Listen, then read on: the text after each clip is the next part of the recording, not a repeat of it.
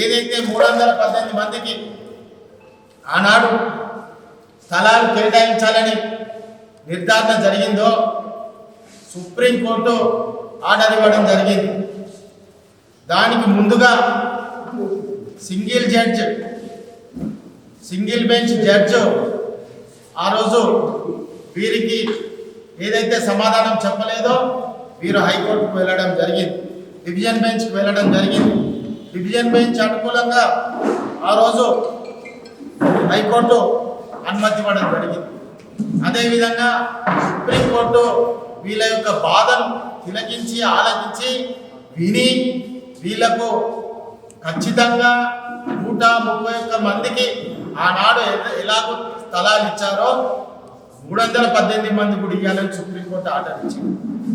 ఏం జరిగింది అసలు విషయం అంటే, అడ్వకేట్ చిక్కుడు ప్రభాకర్ గారు ఆనాడు ఉన్నటువంటి కార్మిక నాయకులు 6 వీళ్ళందరూ కలిసి మేము ప్రభుత్వం కోరింది ఆ రోజు ఒకటే, కలెక్టర్ ఆఫీస్ కోసం 6 ఎకరాలు 20 గుంటలు ఇవ్వండి, మీకు ప్రత్యామ్నాయం చూపిస్తామని చెప్పడం జరిగింది.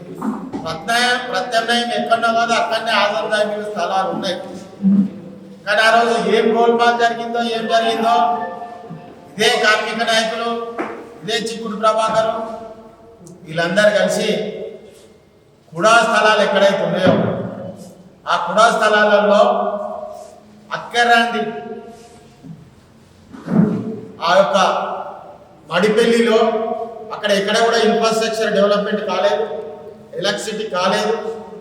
ఇక్కడ కోటాడలో ఇన్ఫ్రాస్ట్రక్చర్ ఇవ్వాలి, ఇండ్లు ఇవ్వాలి, అదేవిధంగా ఎలక్ట్రిసిటీ ఇవ్వాలి, అదేవిధంగా బస్ షెల్టర్స్ ఇవ్వాలి, స్కూల్స్ ఇవ్వాలి. అవన్నీ అనుగుణంగా ఉన్న కన్నా వీళ్ళకి ఇవ్వని ఇచ్చింది. కానీ వీళ్ళు ఏదైతే మాకు ఆజాందాయి మిల్లు కలెక్టర్ ఆఫీస్ పోగా మిగిలిన స్థలంలోనే ఎంతో స్థలంత మాకు కేటాయించమని ఆ రోజు వీళ్ళు డిమాండ్ చేసింది. ఆ రోజు చిక్కుడు ప్రభాకర్ వీడియో కాల్లో మాట్లాడుతూ కూడా వీళ్ళు డిమాండ్ చేసినటువంటి వీడియో కూడా మీకు ఉంది. మరి డిమాండ్ చేసినప్పుడు మీరు అందరూ ఎవరెవరు ఆజాందాయి మిల్లు స్థలం కావాలో సంతకాలు పెట్టండి, సంతకాలు పెడితే అదే సంతకాలను మడిపెల్లి స్థలం వీళ్ళు యాక్సెప్ట్ చేసిందని సబ్మిట్ చేసి, మరి ఆ సబ్మిట్ చేసినప్పుడు ఆ కోర్టు కూడా దాన్ని సుప్రీంకోర్టు దాన్ని యాక్సెప్ట్ చేయడం జరిగింది.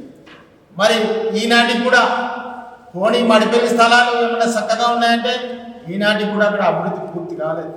స్కూల్స్ లేవు, హాస్పిటల్స్ లేవు, బస్ షెల్టర్స్ లేవు.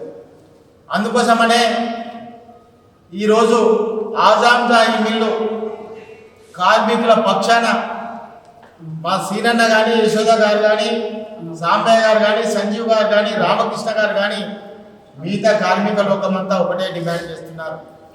ఆజాందాయి మిల్లు కార్మిక భవనం ఆధారాలతో సహా ఇవాళ పత్రికా సమాజానికి ముందు పెడుతున్నాం.